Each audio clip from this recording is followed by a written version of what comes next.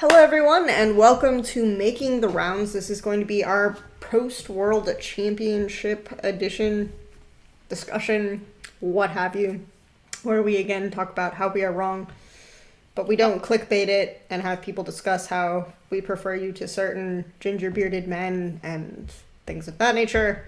But we do want to talk about a lot of stuff that happened in the final and after the final because somewhat auspiciously, there were a bunch of unexpected narratives and things that followed in the World Championship that we would have missed if we had made an immediate kind of finals reaction video. So that will be a fun discussion to have, and let us jump right in. So the first thing that kind of happened following the World Championship is a lot of people on Reddit, kind of expectedly, focused on Fnatic's performance and what happened as a result of their 0-3 lost, fastest World Championship final we ever had. What was your general take before you went to Reddit as to why Fnatic lost this series? I actually thought so. One of the main criticisms of IG that I've had all year, and that I'm sure I'll touch upon again in this video, is that they have been incredibly slow to adapt. And if you throw something at them in a best of 5 series in particular, they are just like, whoa, what are we doing? We don't know what to do with this. And they kind of have a sort of in-game collapse, especially over a singular best of 5. And this has been a constant with IG. And the most frustrating thing I think for me as a viewer, and also obviously for them as a team, is that it's not like they weren't aware of this. They were aware of it. They just still had no idea how to fix it. And so going into the final, this is actually why I predicted Fnatic, because I thought Fnatic had been a lot better in their best of 5s in terms of adapting and adjusting in the moment. And as it turned out, IG studied certain things that Fnatic did, and they actually adjusted. And so that was my main takeaway from the finals, was that I was like, wow, like, you did it, IG. Like, you finally did it. I don't know how you unlocked this power right before finals. I also do think that my interview with Ning, he said something about how, and again, this is from him, so it's not my words, but I thought it was relevant. And something that I thought of in my mind after the final is that he thought that the reason why a lot of people were predicting Fnatic is because of their group stage series, where they felt like their mentality crumbled after the first loss to Fnatic on the final day. And so he was like, that was something that happened in the moment, but something we're going to fix going into the final. Now, I didn't believe it at the time because IG said this previously, and then they haven't adjusted. But once again, it did seem like they came out, they studied Fnatic really well. They made adjustments in the jungle, and especially Baolan, who I've been pretty critical of. Like, he's not bad, but I've been fairly critical of him matching certain support rooms, and some of his back timings and wording have been not great in my opinion. But they adjusted and matched a few things that Hillsong did as well, which is not what I was expecting. Ning definitely studied Broxa going into this, so that was also not something I was expecting to happen. Like, I just wasn't expecting them to adjust. So that was my key takeaway before I looked at reactions, before I looked at anything, sitting in the press room, going out into the stadium, watching the team, take their bow to their fans. That was my main takeaway. That I was like, wow, IG finally did it. They finally figured out how to adjust going into series. I think my reaction was mostly the kind of what you said with the support roaming stuff. That ended up taking up a lot of what I was thinking about, because I had just made a video the day before where I commented on something that Hillsong does, which is if he backs without tempo, he will go directly mid, right? He does not go to river. He does not go with his jungler to clear wards or place vision or anything like this. So that makes him really, really susceptible and easily matched by enemy supports, because the enemy support can also just go directly mid, and if they have a better matchup, good things will happen to that team, or they'll have more time to place vision with their jungler and kind of catch out the enemy support, and it makes their 3v3 really susceptible. And obviously before we went into this final, we characterized IG as a team that transfers pressure to mid to bottom, and Fnatic's a team that transfers pressure from bottom to mid. And I feel like IG adapted really well in the way that we saw Edward Gaming adapt over the best of 5 against Fnatic and tried to do the same thing. Obviously to not as much success, but that ended up being something that IG sort of played to that Fnatic condition and adapted extremely well. I also felt it was really weird to see Fnatic picking blue side. Quite honestly, I didn't care for their draft approach to IG either in group stage or in this best of 5, and a lot of that just came down to I don't even know how Broxah goes about finding a good solution in this game, because even if you transfer pressure to the mid lane in this kind of Aurelia-Lissandra matchup, there's not a really, really good gank opportunity. You're probably not going to kill the Lissandra.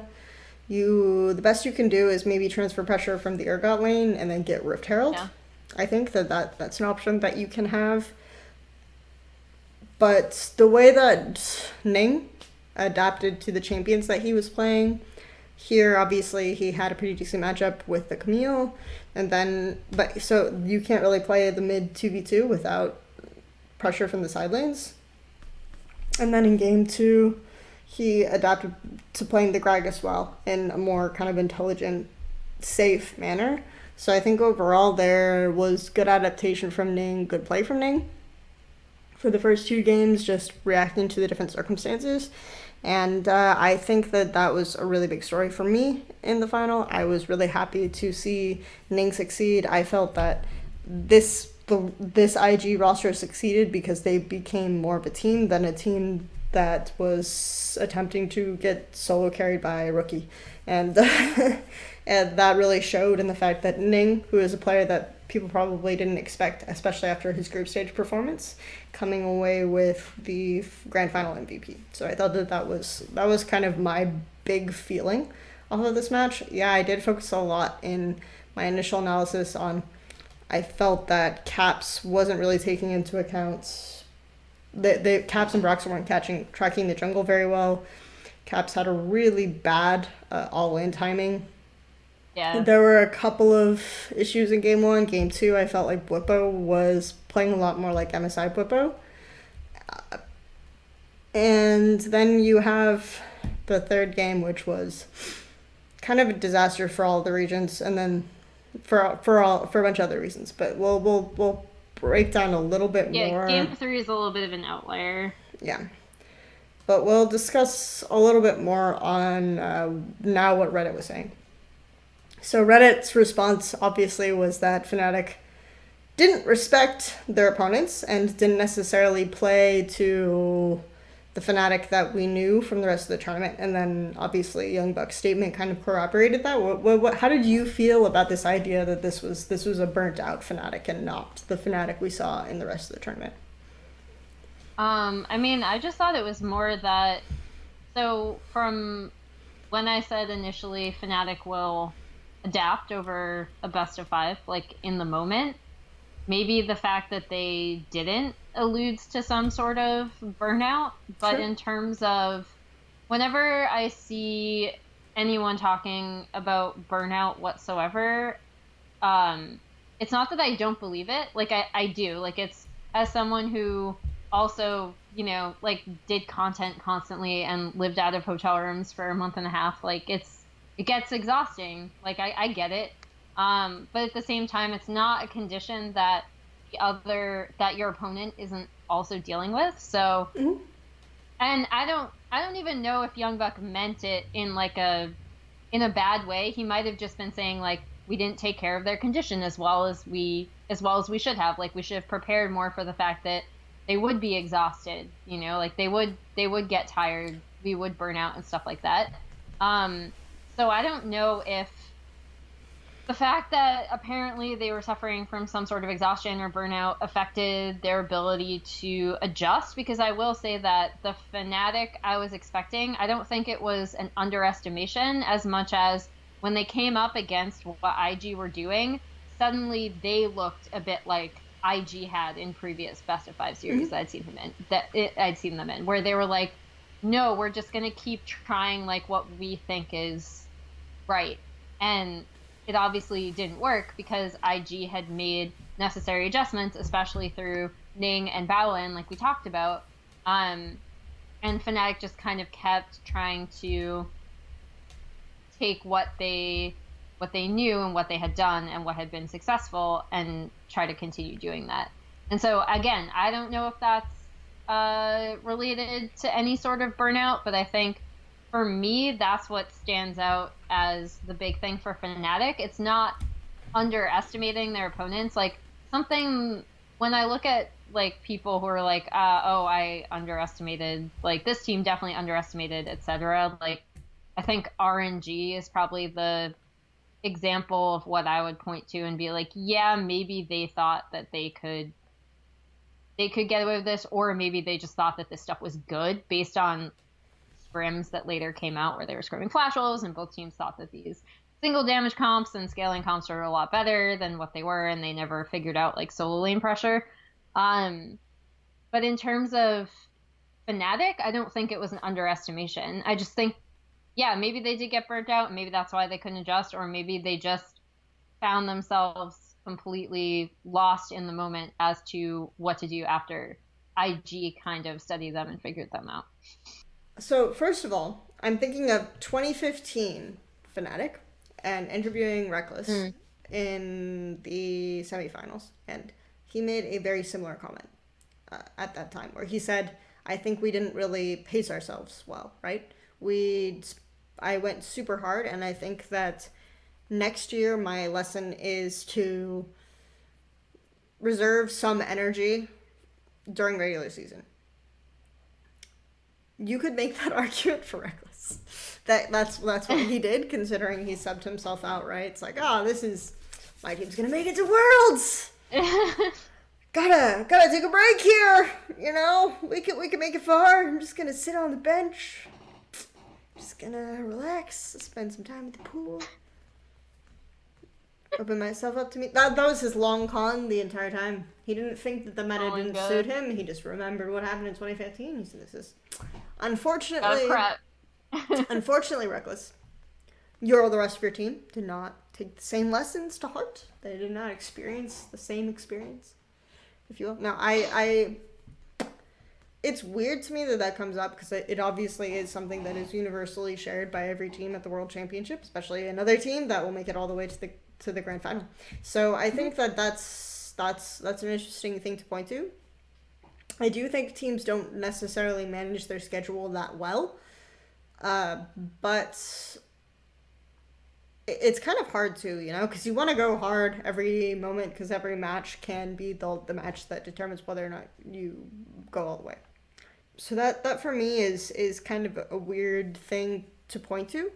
I don't think that Fnatic disrespected IG. I think it was more, again, that going into the grand final, I didn't give IG the credit that I wanted to. Because, again, I could identify where they win and how they win, but I didn't really think that they could do it, you know. I didn't think that they could really turn it into to something consistent, and they could, because they are famously a team that had long best of fives even against teams that they shouldn't have had long best of fives against. As a team that should have been the top of the LPL, they shouldn't have had a semifinal that went to 5 games, right, in the summer split. So I think that a team that didn't even make Worlds. So I think that from that perspective, Invictus Gaming's inconsistency leading up to this were a bigger factor. I do think that there were just moments in the Fnatic game that I would characterize as ints. You know, they were just inting, like not I can't use the word respect, but not tracking the enemy jungler as diligently as Yeah. I would expect a team like this to do, not using jungle plants as well as I would expect a team like this to do, and having those types of issues. So it's not that it's a disrespect thing. I just felt like they were okay. This is the best way to talk about this. Cloud9 did not play mid jungle the way that you're supposed to play mid jungle by making this the strongest 2v2 on the map. IG did. Both Fnatic and IG understood this lesson in the semifinal. Going into the final, Fnatic are playing against a team that understands the same lesson they understand, and they can't just get away with the enemy team not understanding that lesson. So there you go. That's the best way to kind of talk about it, I think, in my opinion. And not being able to transfer pressure from bot to mid is going to hurt you. Yeah. Another thing, I don't know if we were going to bring this up later, but I'll bring it up now a bit because I think there are a lot of things you can point to historically for IG over this year where, like, I know a lot of people, even when we did the group draw show, were like, why are you so down on IG? Which is hilarious now that they won the world's title, by the way. But that was like the biggest comment we got, right? It was like, why do you guys think IG sucks? It's actually not about IG sucking. It's about this team was so dominant in the regular season. Like, they were so dominant. They were so consistent in how they played, which meant that whenever something did throw a wrench in their plans, they could not adjust to it. Like, the biggest example of this actually for me, and the one I kept returning to in my mind when I'm like, okay, I don't know if IG are going to be able to adapt, is when the Shy like busted his hand and they had to play with Duke in spring semifinals. And Duke plays super well, actually. One thing that I think is really underrated about that series is that Duke individually played super well. Like, he set up these insane split pushes. He caused so much pressure. And IG had no idea what the fuck to do with that. Like, they were just like, how do we leverage this? They had no clue. And there was no communication between, like, Duke pushing an inhibitor and what the rest of the team was doing on the map. And so I always like return to that in my mind, and I was like, if something throws a wrench in this team's plans, if they can't play the way they want to, or if they have to suddenly adapt to what another team is doing in a best of 5, are they going to be able to do it? And the answer for me was no until like this final, because I do think you can see that they used their time going into the final to study what Fnatic was doing and take advantage of a few key things that Fnatic did that they felt like they could adjust and match. And it's the first time I've seen this team really, like, it's the first time I've seen concrete evidence of this team really adjusting and adapting with that time. Yeah, I think I just wanted to bring that up because, like, everyone was always like, why are you so down on IG? Why do you think they suck? And it's like, this is why. Like, there's a consistent history over this year of why I didn't trust this team to actually change, like, small, minute things in their playstyle to match and overcome what an opponent was doing. In fairness, I think it's also not just IG. When I see a team plays X way and the other team plays Y way, it's really hard to say this team will adjust because they'll adjust. You know, it's really hard to make that kind of, and that's why I famously really often predicted against SKT when I shouldn't have, because I felt like there were so many instances where SKT shouldn't have been able to adapt to certain scenarios, and then they did. So I think that that's maybe a flaw in my analysis. I don't know, is that I can't predict a team when a team's will and won't adapt. I do think, in fairness, IG also had a good adaptation moment against KT, where they were just picking better compositions that will take advantage of some of KT's like really wonky rotations, where they will go mid and accept fights when they shouldn't around things like Herald. So I think that those are adaptations that IG were making, but I do think that for me, it was just more the consistency factor. And a lot of people who said that IG will win because Ning hasn't played as bad as he did in group stage, or Jackie Love hasn't played as bad as he did in group stage, or Balan hasn't played as bad as he did in group stage. The reality of the matter is that these are all players, and the Shy to an extent as well, are all players who were inconsistent domestically, right? They were players that you couldn't expect. Okay, they're on an upward trajectory. You can't really classify an upward trajectory. And when you mentioned the spring final, or the spring semifinal, I should say, the really thing that sticks out to me is that I honestly, like, so many people go back and say if the Shy were there, they would have won. Honestly, don't think that the Shy or Duke were a factor. They got super hard outplayed mid jungle, super hard outplayed in almost every facet of it. Like that, I would say that if that semifinal doesn't happen, IG don't win Worlds, because I think that that was like kind of maybe a moment where the way you play mid jungle clicked a bit more, because until that point they were really reliant on Rookie just getting pressure and then going off of it, but not necessarily communicating a plan between these two players. So I think that for me it was this is kind of the IG issue. So I'm not making an excuse, because I do think that every bit of it is IG succeeding. But we are explaining our logic to an extent, and I don't think it is Fnatic playing uncharacteristically bad Mhm. that cost them here. I think it's more that IG just were the better team. So, there you go. Let us then talk about another thing that has been brought up a lot, which is the bottom lane. Because I feel like a lot of people talked about the bottom lane in the series. I think Kai'Sa was a big topic of conversation all tournament. IG made the Kai'Sa work in 2 games at least. You have also, you have also Reckless being brought up as someone who was bad this series. And we talked about Reckless a little bit. Hillsong we touched on, Balan obviously. What is kind of your take on how Fnatic's bottom lane operated and how IG's bottom lane operated here? So my first takeaway actually, and I wrote about this because I thought it was really important and kind of an underrated, I guess, narrative, more narrative and less analysis. But since he's talked about it in interviews, I think it's really important. Is that Jackie Love has suffered from like insane nerve issues in big games, and he has consistently shown these.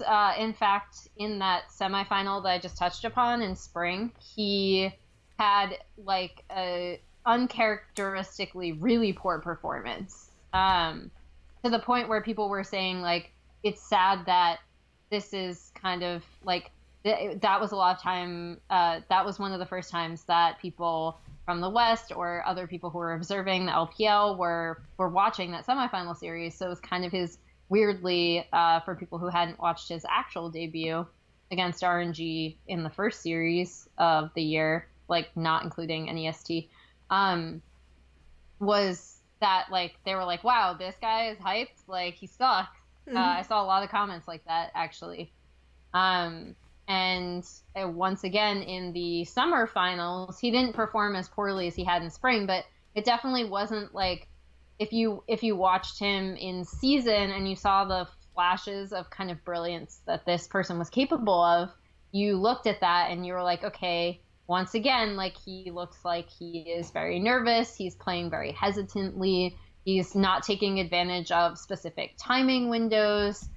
In team fights, he's either going too aggressive without his team, or he's not going aggressive enough when his team is actually there to back him up and peel for him.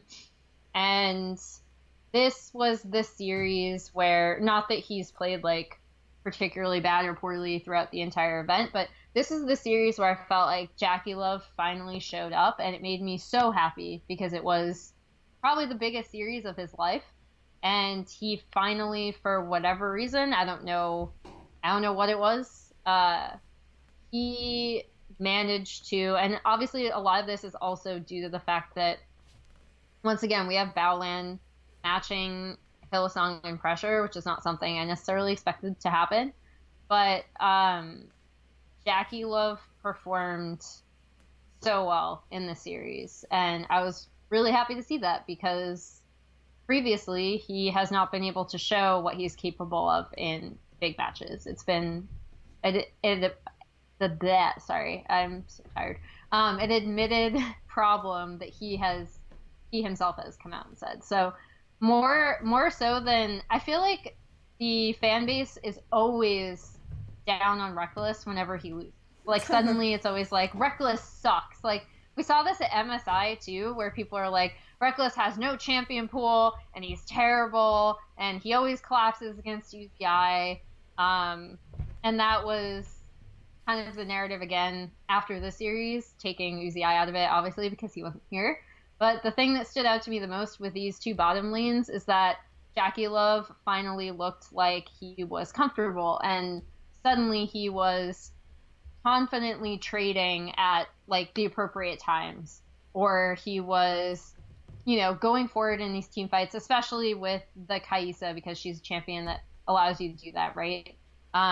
He was confidently going forward when he could without, like while the rest of the team was there to back him up, and he seemed like he had confidence.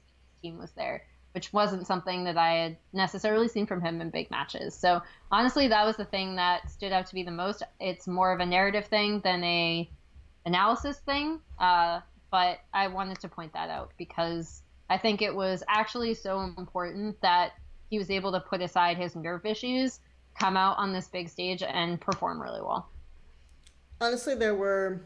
So, since you went over kind of this narrative aspect, what I really want to touch on is more of the analytical look at what happened in the series. One is a lot of people were super down on the Jin pick. I think the Jin pick is fine, assuming that you can transfer the pressure from the bottom lane to mid, which you really need to be able to do in these scenarios. I think obviously Xayah is something that you can pick, but Xayah is something that Reckless plays, so it's not a champion pool issue. And obviously, we saw it in Game 3. I think it was more just like a team priority issue, so I wouldn't directly fault Reckless for that. I think they won bottom lane, right? They won bottom lane, but mid jungle was kind of already lost at a point where they could really influence the map. There was maybe one back that Hillsong could have taken advantage of, but Hillsong stayed in lane, probably to try to build for an item or something along those lines. So I don't really find fault with their bottom lane for that particular game. Second game, you're against an Alistair, Aurelia, Lucian, Gragas, Syndra. What champion are you gonna pick? That isn't as that doesn't get dunked. Ezreal is a fine pick, absolutely, especially since they do have an Azir. They blinded the Azir to give themselves sustained damage, but Syndra, it works really well. Again, you're in a position where you don't really have good lane matchups throughout the course of the game. So for me, that was not really a champion pool issue. That was fine. I think Reckless honestly played fine this series. Like Reckless was to me still the best player from Fnatic for most of the tournament. Outside of Broxa, obviously, I was really high on Broxa outside of the final, so I would say that other than Broxa, Reckless was the best player for Fnatic at this tournament. Most Why do you think consistently. that? Why do you think the community like immediately targets him for champion pool issues? Because again, like I said in Because they my banned Sivir rant, Tristana, and for whatever there is this narrative that he is not going to play anything except Sivir Tristana. And I do think that you see in this series, like, he does have variety in champion pool, but he didn't play Xayah until game 3. I think that that's a fair criticism, but I don't think that's a criticism that's specifically specific to Reckless, right? I don't think that's a Reckless specific issue. I don't think his champion pool was the problem. I think that people are down on Reckless just because he is the oldest, most iconic member, and I think people have always sort of expected more from Reckless than he has given. And that's something that he's taken very personally, and to me that has been like a big motivating thing for him, and he's kind of slowly gotten to the point where he reaches that, in my opinion. Like, I think, but to a lot of people this will be too late. I honestly think Reckless played well in this series. Like, I don't have a huge complaint about Reckless's play this series. I think Hillsong's approach to backing without priority is flawed. I think that Fnatic not anticipating the enemy team matching them in the 3v3 was an issue. I don't think that's a Hillsong specific issue. I just think that's an issue with the way Fnatic play out the game. I would again say that Hillsong has more champion pool issues than Reckless, but overall, I wouldn't fault their bottom lane for this series, so it's not where I stand there. what do you think about topside? I think Whippo played well game 1. He had a really weird game 2, and game 3, I thought Soaz was pretty fine overall, but at this point, I think the game was kind of lost. The series was just lost Yeah, mentally, so it's really difficult to say. I only brought that up because another thing I saw people harping on immediately after was just Buipo. They were Sure. like, wow, the Shy dumpstered him. I This was honestly think his terrible. game one was good. Like I thought Bippo was the best, had the best performance of a Fnatic member in the first game. Second game, no. He was just having the issues that Caps was having, I think, in game one with just communication with his jungler and Mm. that kind of thing. But I didn't have that big of an issue with topside. Did you? No, I mean, I think game two was more for me an issue of Ning realizing that he could take advantage of how Rupo was playing. And again, I don't know if it was a communication issue because there were a couple times where he was pretty far up in lane without vision. And um, once Ning got off that like first gank, it was obvious that he was just going to keep returning. And once again, I don't know if that was like a communication breakdown on the team because Whippo kept pushing up a bit further than he probably should have, and Ning just like kept going to topside because like why wouldn't you in that situation? Um, so yeah, I mean I thought it was like a I think unlucky game for him, but I didn't look at it and was like, wow, Bwipo is like a terrible player, and there was obviously this like gigantic mechanical mismatch between him and the Shy, which I think was a few comments I saw coming out of this, especially game two, yeah. where I think it was more of a team thing, and once Ning got that first gank off and kill, it was very obvious that he was probably going to try to return there as much as possible. And for whatever reason, Fnatic either didn't communicate that or they underestimated whether he would be there. They didn't really have the vision coverage to support where Bwipo was in lane. And honestly, this is going to be your temperamental matchup. Your Aurelia Urgot. Like, at a certain point, Urgot obviously wins this, but Aurelia is going to hard outscale. And then having the ability to get to that itemization is really strong. Syndra is going to passively exert pressure after first back. In general, like, Syndra is actually a good matchup into Azir, so you can use the fact that you have mid priority, even if you have not the best jungle matchup ever, to put your Aurelia in a good position. So I think that that's something that Fnatic kind of should expect to happen. I also think for me, if there was a mismatch in this series, it was jungle support. And I think that that's interesting because that's probably what the mismatch was in group stage, but it was the other way around, you know. So Mm-hmm.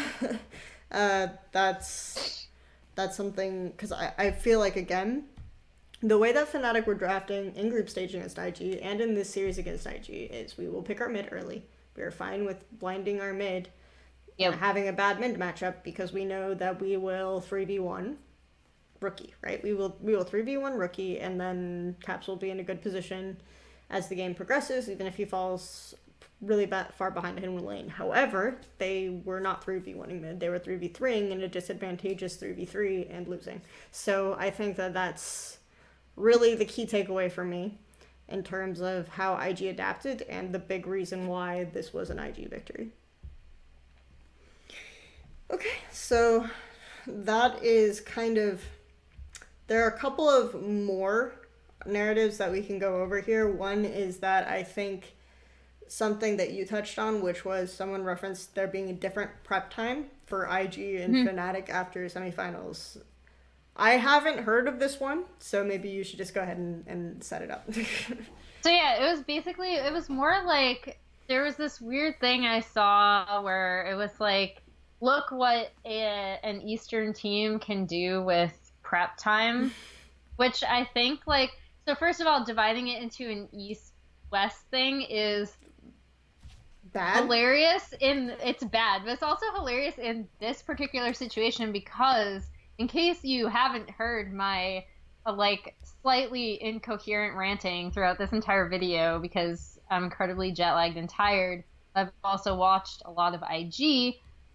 IG is like the worst team to say like this team will definitely take their prep time and adjust and adapt because history throughout this year has shown actually the opposite, in that even when IG know that they have some sort of issue and they need to address it, they haven't always been good about addressing it, right? In fact, they've been incredibly, in my opinion, for the most part, like pretty poor in adapting in their series throughout like the playoffs in both spring and summer, more spring than summer, but anyway, I think so. So for me, this particular narrative was hilarious for a lot of reasons. One, because automatically unifying a team like IG with the three Korean teams that were here, or even the other two Chinese teams, they're all very different teams, especially IG specifically.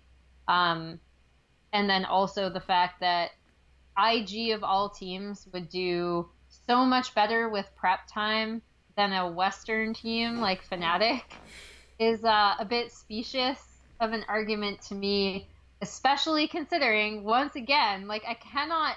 I know you guys are probably like, Emily, I'm so sick of you saying that IG didn't adapt this year. But guys, I watched a lot of IG and I love them, but they didn't.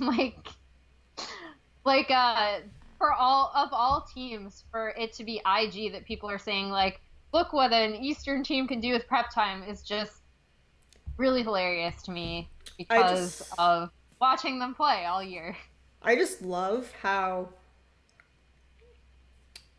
it's suddenly become East versus West for no apparent reason that I can understand. I have a whole pent up rant about this thing, but it's always been Korean and then China, NAU. Like none of these regions are really that similar, and teams even within these regions are all very different. I would say Chinese teams historically have had way more in common with European and NA teams than Korean teams, just culturally and in terms of setup and where they are and everything else than Korea. It's so weird to me that this becomes an East versus West just because China is performing well. I would say that if anything, it's kind of weird because you could even look at the way that the meta has favored China and Europe historically. You could argue that 2015 was an overall better year for Europe because it was way more solo lane centric, right? And then last year was a better year for China because it was way more bot lane centric. Obviously, these teams don't all operate the same, but there have been trends where Chinese teams tend to play more around bot, European teams tend to play more around mid. So that's always something that comes up again and again. So you're seeing more European teams in the semifinals in a top mid-centric year. You're seeing more Chinese teams in the semifinals in a bot lane-centric year. Like, it's not that strange to notice some of these trends and some of these observations and say that these two regions have been very competitive. And they've been always just behind Korea. And I think a lot of revisionism has come into this because people will say things like, well, Fnatic had a really easy bracket.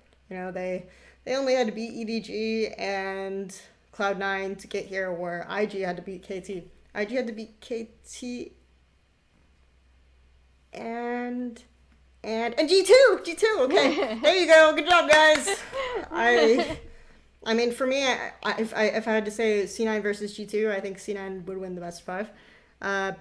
Just if they did any sort of prep or any sort of study whatsoever, which apparently IG did. And I think that RNG had an insane year overall, but if you look at RNGs, you can do the same thing to RNG that people are doing to Fnatic's Worlds run, which is look at the context of the teams that they played against. Well, Korea had a complete another garbage year at Worlds, so I guess we don't consider any of RNG's accomplishments that great because they were mostly against Korean teams, right? So it doesn't really. It's like so weird to revisionize some of these performances and what teams did. Like Fnatic had the easy side of the bracket because they had to 2-0 Invictus 2-1 Invictus Gaming in group stage and come out first in the group. Yeah. Come on, guys, let's get it together. Come on, let's figure it out. So I think that to me it's a little bit weird that this is the narrative overall instead of like how competitive these two regions have been and how really great it is to see IG come out ahead of Europe in a year that should have favored the European, like the traditional European solo lane centric playstyle. Like I think that is much more the exciting and cool narrative that people should be celebrating And the than fact that they East obviously versus West, studied. which to me Yeah. honestly makes no sense. So Yeah, I was surprised to see that. I just wanted to bring it up because, sorry, I thought that it was just hilarious to me that people would say that, like, of course IG would do better with prep time because guys, historically they have not over this year, and they themselves have even said this in interviews. They're very aware of their issues. Actually, if you listen to our last video, you can hear me and Kelsey talk about this with all of the Chinese teams, specifically IG and EDG, because both of these teams have come out and said, guys, we have issues here, here, and here, and then they have been unable to adjust those in time to win. So this is like a huge triumph for IG, actually. Like it's not one of those things where it's like, of course, because they're the Chinese team, they will do better with prep time. No, I actually, going into this, based on how both teams played throughout the year, thought that Fnatic would actually do better with prep time. So props to IG. yeah, and I would say that both European and Chinese teams have a history of getting super cocky with their prep time. Um, like both of them do. I would say that there's a lot in common in terms of that kind of thing with Europe and China. And again, I feel like Kelsey, you just want to drive this false China Europe yep, that's my rivalry. entire. You know it, man. That's it. All benefits me. These are the Right. regions that people will. Gotta rake in those esports. I want consultation Bucks. on Europe and China, Kelsey. Please pay me the money. Oh, it's all good. I know, but I think, yeah, it's just so weird to me that this has kind of become the narrative in place because I think it's motivated by some idea that it's all part of the continuing big bad that we don't understand, right? The big bad that we can never defeat, and it's not because IG are a team that shouldn't have been able to win. And that's not just IG, right? To an extent, RNG shouldn't have been able to win. Cloud9 shouldn't have been able to win. And these are all teams that had individual victories throughout the course of the year, throughout the course of. I mean, even Cloud9 in the context of North America should have been able to fucking win, right? Like, everyone has had these. You have to contextualize all of these wins and all of these triumphs to really understand why they happened, and just equating it to East versus West makes me feel like what IG or any of these teams accomplished is really diminished. So, there you go. That's kind of where I am on that. I agree. All right. Well, before we move on from discussing this World Championship, there is one lingering question remaining, which is Invictus Gaming the best team in the world? Emily Rand. So one, this is something that people are probably going to hate me for saying, but I actually don't like making those kind of assumptions based on results. I know it's something that people do really frequently, especially in actually Korea, where like you will have players coming out and saying, yes, this player is better than me because they won a title, even if their actual in-game performances suggest otherwise. So I'm used to this kind of thing in terms of the World Championship. Like this World Championship, this meta, are IG the best team? Yes. In terms of are they the best team in the world for the entire year? No. That would be an entire other discussion, and it's because League of Legends doesn't have a lot of international events where you can actually compare who the best team is at any given time. And due to the fact that there are so many meta shifts throughout the year, like we saw this big one at Worlds, but it wasn't too long ago that people were playing bruisers and mages in the bot lane because of the bot lane changes. We had so many meta shifts over this past year that I think it is not IG that was the best team for the entire year, but at this specific tournament, was IG the best team? I think they proved yes. the meta, like I know people will be like, well, the meta definitely suited them. Yes, it did. But again, as we've talked about in this video, they also adjusted and adapted and really embraced what that meta could do for them. And I think that's really good. I wish, and I know this is, people are going to be like, why are you going on this rant again? But I wish we had more international events because it would be a lot better to be able to contextualize victories like this, especially with how frequently the meta changes in League of Legends, which is why I think it's really difficult for me to say that IG was the best team of this year, which is something that I feel like people automatically take the World Championship and they're like, okay, IG is the best and they were the best for the entire year, and like China is the best region for the entire year, which actually there's definitely an argument for that, but it's based on also RNG's victories at MSI and Asian Games and other things like this.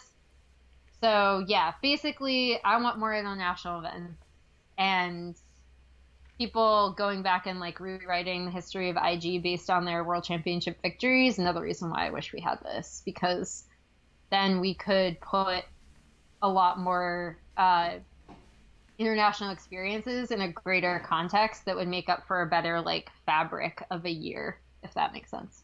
I think it's really telling that we went into this tournament talking about how it was UZI's or RNG's year. Mm-hmm.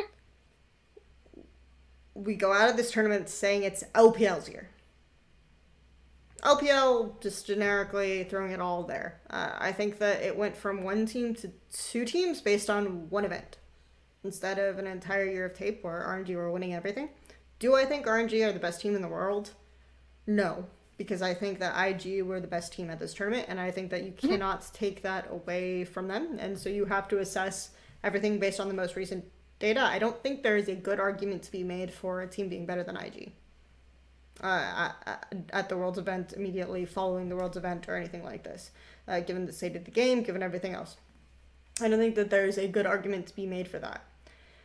I do, however, think that RNG is a team that set in motion a lot of stuff that improved the LPL and their region as a whole. So it probably feels a little bit bittersweet to not see them in the final and to not see them get past quarters from that perspective, if you're really talking about the LPL's year. Do I think they deserved to based on what they were doing? No. But I think that is worth throwing out there, and I think that RNG will still be a really strong team coming into the 2019 season. So it's so weird to say that to go like the RNG's year to LPL's year just feels so weird. The shift is like instant too. It's just like Worlds is such a weird tournament. It leaves such a weird taste in my mouth because I feel bad for IG, kind of, because it can't be IG's year, even though they won Worlds. So I wish there wasn't just like I wish we just got rid of the LPL's year narrative and said IG are the best team in the world, and then just left it like that. And calling it LPL's year makes it feel like it's not going to happen again. It's just such a weird thing to do. I don't know. Maybe that's just me. But that's kind of where I am. I think it's also because these are two radically different teams, like in terms of play style as well. Like, so it's weird to me to combine the two because it's like, no, like IG are over here doing this thing and RNG are over here doing this thing. And they're just, again, like two completely different teams, and the way they win is completely different. That's why it's like hard for me to combine them in my mind, because I'm just like, no, these two teams are like so different from each other. It's odd. In fairness, that could be the thing that led some credence to the idea of LPL being the best region is because it's arguable that you have the best team at what RNG does and the best team at what IG does, which are very different things, covers a very wide span. So if you want to say the LPL is the best region, then you have a lot of good arguments to explain that in a bunch of different contexts and a bunch of different metas. And if the meta swings rapidly the other way, then LPL still has a good answer. LPL also still has multiple teams who will play the way that IG do, and teams like Jingdong and stuff like this, which I feel like you couldn't say in like 2015, where the last time we had a really major meta shift towards top carries and stuff like this. So that's why I think that, yeah, it's definitely that's kind of the other side of the coin. It just feels weird to me that this narrative is repurposed and manufactured in this way, because the reason why the RNG 0 narrative made sense is because no team or no single player had ever done the Royal Road sort of, and Royal Road obviously fitting the royal name, won every single event in their path in the entire year. That didn't happen, so it cannot be a single team's year anymore. It can't be a single team's year anymore, but you have the LPL performing so well as a region in the context of LCK's fall, so it becomes LPL's year, even though I feel like for the most part RNG were the representative in a lot of these triumphs. So it just feels kind of awkward to repurpose the narrative in that way. Anyway, is there anything else on that you want to say, or are we good? No, that's it. Okay, so quickly before we wrap up the show, a lot more interest will be on the Chinese scene right now. There will be surely a lot of off-season rumors. Please ignore them until they're confirmed, because there tend to be a lot of Chinese journalists, not all of them, obviously, a lot of them tend to just publish rumors as facts, and then people within the context of the scene understand this, but it'll get translated and it'll be seen as clickbait and everything else. So just keep that in mind, be wary. Also, please watch... Don't forget. Oh, go ahead. Oh, no, I was just going to say, don't forget that in 2015 we had a rumor that Kakao and Rookie were, like, being held hostage in someone's basement.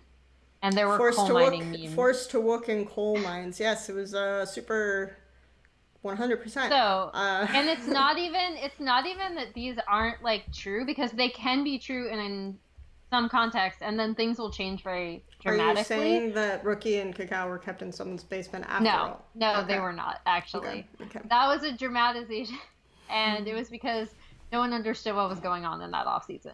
But in terms of like regular rumors, not these kids are trapped in someone's basement, a lot of these can be true one moment and then not true the next, which is I think is the most important thing, because it's not like we're calling people out and being like, you're just making stuff up, because actually they're probably not. Like, there is basis for most, if not all, of these rumors, but the thing is, until a team actually confirms it, till that contract is signed, sometimes maybe even if the contract is like signed and then voided, who knows, you need to have it coming from the team almost, because Chinese off season is pretty insane.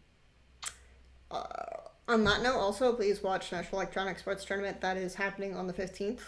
So that is an interesting one, because IG obviously pulled out. There's no RNG. EDG is running with their entire sub roster, but you will get to see Jingdong in exactly the lineup that they were, and I think that that's a team that I kind of missed at Worlds, so it'll be really fun to see them play that. If you want to know anything else about off-season tournaments, follow maybe Emily or Raz or myself, and we'll try to keep you up to date on. We will be tweeting stuff about it. So yeah, NEST is like one of my favorite tournaments. It's actually where Jackie Love made his debut before he was of age to play in LPL. So the coolest thing about it for me is that you'll get to see a lot of up-and-coming players, because, again, some of the major teams might be running their sub-rosters, or you'll get to see a team that maybe you didn't know much about, like JDD. So, all right. Thank you guys again for spending some time listening to us ramble. We will probably do a couple more things in off season, so just keep looking out for some videos.